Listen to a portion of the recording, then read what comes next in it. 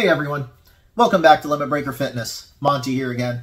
So today we're going to do another episode of the Muscles in Motion series. And today we're going to talk about the hamstrings. Now the hamstrings are a muscle group that's located on the back of the upper leg. And there's 3 muscles in total that we're going to talk about. The first muscle is called the biceps femoris. Now biceps meaning 2 heads, femoris meaning femur. There's the nomenclature for you.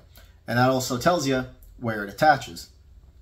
The other 2 are called the semitendinosus and the semimembranosus. Now, it's not important to memorize all these terms for our purposes. And to be honest with you guys, I don't have them memorized either. But it is important to take a quick look at them, as you can see in the diagram, and understand how they attach in the body, because that's going to determine their function. Now, all of these muscles are going to start up in the pelvis, and they're going to run past the hip joint. Now, the biceps femoris, that's going to run on the outside of the femur, whereas the other 2, they're going to run on the inside of the femur, and they're going to come all the way down the femur, and they're going to pass the knee joint to attach to the tibia. That's right, the hamstrings are what's called a biarticular muscle group, which means they pass over 2 joints. The hip joint and the knee joint. Now, when they come down and they attach to the tibia, it's important to note that the biceps femoris attaches to the outside of the tibia, obviously, because that's where it is, and the other 2 are going to attach to the inside. And why this is important is because one of the functions of the hamstrings is to rotate that tibia down in the lower leg. So when that tibia is being rotated, part of that is coming from the hamstrings. Now, 2 more functions that the hamstrings have that we need to address. The first one being knee flexion, just a fancy way of saying bending the knee. The other thing that they're going to do is they're going to assist the glutes with hip extension. Now, I want to make a note of this. The glutes are the primary mover when it comes to hip extension, but the hamstrings, they assist with that. So if somebody has weak glutes, and they're asking the hamstrings to do too much work, that's when you pull a hammy. You don't pull a hammy because the hamstring's weak. You pull it because you're asking it to do something that it's not supposed to do. So if you don't want to pull a hammy, make sure you work that butt. So those are the 3 functions of the hamstrings. We're going to be using these most of the time when we're running and when we're squatting. You see, what the hamstring wants to do is it wants to slow us down and slow down momentum. When we're running, we're using it to lift the leg up and bend the knee. We're also going to use it to slow ourselves down. And when we're squatting, it's going to be a stabilizing muscle. On the way down, it's going to be contracted and slowly letting go.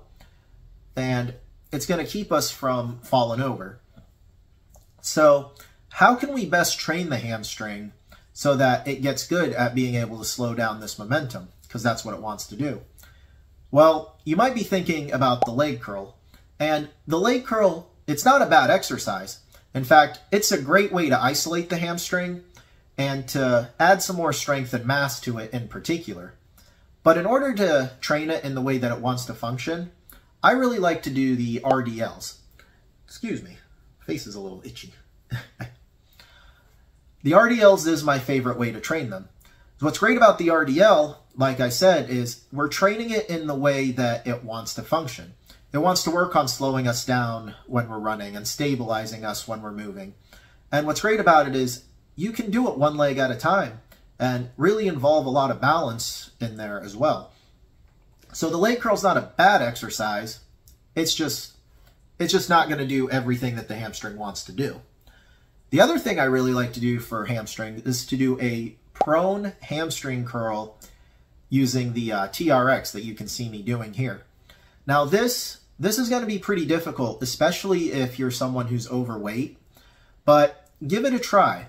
What you're going to do is you're going to hang from the TRX and you want to get your arms at about a 90-degree angle with your torso. Stick your legs out, put your heels into the floor, curl yourself forward until your feet are flat against the floor. Then release, come on back. If you haven't done these before, give them a try. There's a lot of core involvement, a lot of glute involvement. They're very good. So nothing, guys. That's all I got for you today. The hamstring's not a complicated muscle, but it is important that we get them strong and prevent injury, because they do tend to get injured quite a bit, since most of the time it doesn't seem like we're training them properly. So like, share, comment, subscribe. Don't forget to hit the notification bell, guys. And if you feel like you're getting a lot of value out of these videos, please tell someone about it. Really trying to grow the channel and get a lot of this good information out there. And the best way to market is to provide a good service and have your people tell other people about it. And I hope I'm giving you guys a good service here. So tell a friend, hit all the buttons, and don't forget to email me at limitbreakerfitnessllc@gmail.com if you're looking for a personalized program or if you're looking for one-on-one coaching. Thanks, guys. See you later.